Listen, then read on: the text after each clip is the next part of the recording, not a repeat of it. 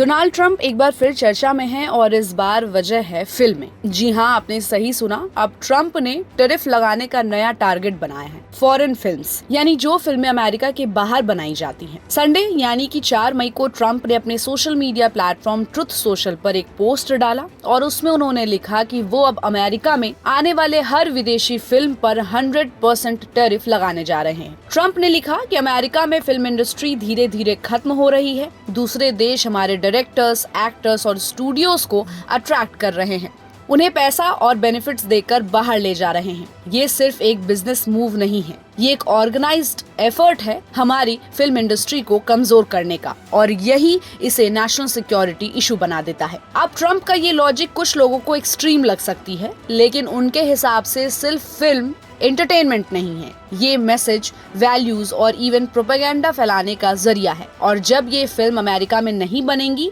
तो उस कंटेंट पर अमेरिका का कंट्रोल भी नहीं रहेगा। ट्रंप का कहना है कि अगर कोई फिल्म अमेरिका के बाहर बनी हो, चाहे वो इंडिया में बनी हो, कनाडा में या यूके में, और अगर वो अमेरिका में रिलीज की जाती है तो उस पर 100% टैरिफ लगेगा। मतलब उस फिल्म की कॉस्ट डबल हो जाएगी। आप सोचिए, एक फिल्म जो $50 मिलियन में बनी है, उसकी यूएस एंट्री पर $50 मिलियन एक्स्ट्रा टैक्स देना पड़ेगा। इससे या तो डिस्ट्रीब्यूटर्स पीछे हटेंगे या फिल्म की टिकट्स बहुत महंगी हो जाएंगी। ट्रंप का मानना है कि अमेरिका की फिल्म इंडस्ट्री पहले जैसी नहीं रही। ज्यादातर फिल्मों की शूटिंग अब बाहर हो रही है। टैक्स बेनिफिट्स, सस्ते वर्कर्स और लोकेशन फ्लेक्सिबिलिटी की वजह से इससे यूएस के लोकल वर्कर्स, टेक्नीशियंस और छोटे स्टूडियोज को नुकसान हो रहा है। ट्रंप ने कहा कि हम चाहते हैं कि फिर से हॉलीवुड जैसी फिल्में अमेरिका में बने, हमारी क्रिएटिविटी, हमारी वैल्यूज और हमारे जॉब्स वापस आए। ये पहली बार नहीं है जब ट्रंप ने टैरिफ को एक हथियार की तरह यूज किया है। अपने पहले प्रेसिडेंट टर्म में उन्होंने चीन, भारत और यूरोपियन यूनियन जैसे कई देशों पर भारी टैक्स लगाए थे और इसका असर ग्लोबल इकोनॉमी और स्टॉक मार्केट्स पर साफ दिखा था। अब फिल्मों पर टैरिफ लगाने का मतलब है कि ट्रंप